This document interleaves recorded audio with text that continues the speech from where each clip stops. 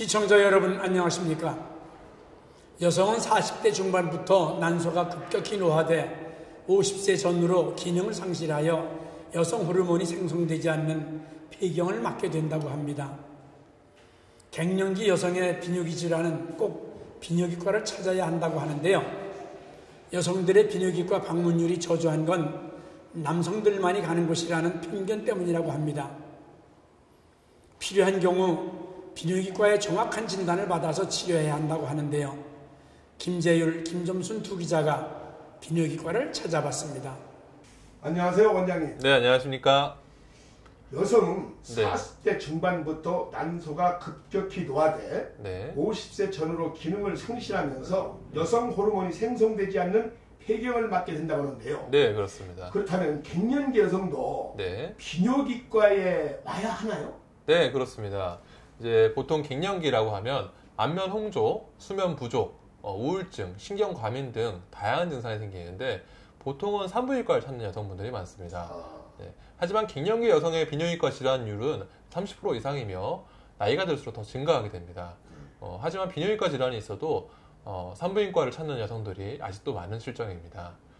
비뇨기과를 찾아야 되는 갱년기 증상에는 의도치 않게 소변이 새는 요실금, 방광이 질로 빠져나오는 방광 탈출증, 소변이 과도하게 자주 마려운 과민성 방광 등이 있습니다.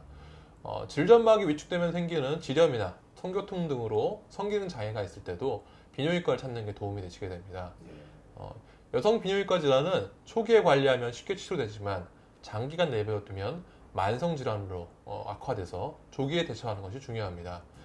여성 비뇨기 질환은 1차적으로는 방광염이 동반되는 경우가 많고 여성의 삶을 질 크게 떨어뜨리며 심리적인 위축을 초래하는 경우가 많습니다. 여성들의 비뇨기과 방문율이 저조한 이유는 비뇨기과는 남성들만 가는 곳이라는 오랜 편견 때문인데 필요한 경우엔 비뇨기과 전문의의 정확한 진단을 받아 합리적이고 최적화된 치료를 받는 게 도움이 되시겠습니다. 여성이 비뇨기과를 찾아야 되는 10가지 경우에 대해서 말씀드릴 건데요. 첫 번째는 혈뇨가 보일 때, 두 번째는 소변이 자주 마렵거나 참기 어려울 때, 세 번째 소변 볼 때 아플 때, 네 번째는 소변에 냄새가 날 때, 다섯 번째는 요실금이 있을 때, 여섯 번째는 방광염이 자주 재발하실 때, 일곱 번째 외부 생식기 피부에 이상이 있을 때, 여덟 번째 사타구니, 요도 주위에 혹이 날 때, 아홉 번째 성교통, 불감증 등의 성기능 장애가 있을 때, 마지막으로 부인과적 문제가 없는데 아랫배 통증이 지속될 때 비뇨기과에 내원하시는 것이 좋겠습니다. 아, 그렇군요. 네. 감사합니다. 네, 감사합니다. 이상으로 실버넷 뉴스를 마칩니다. 시청해주신 여러분 고맙습니다.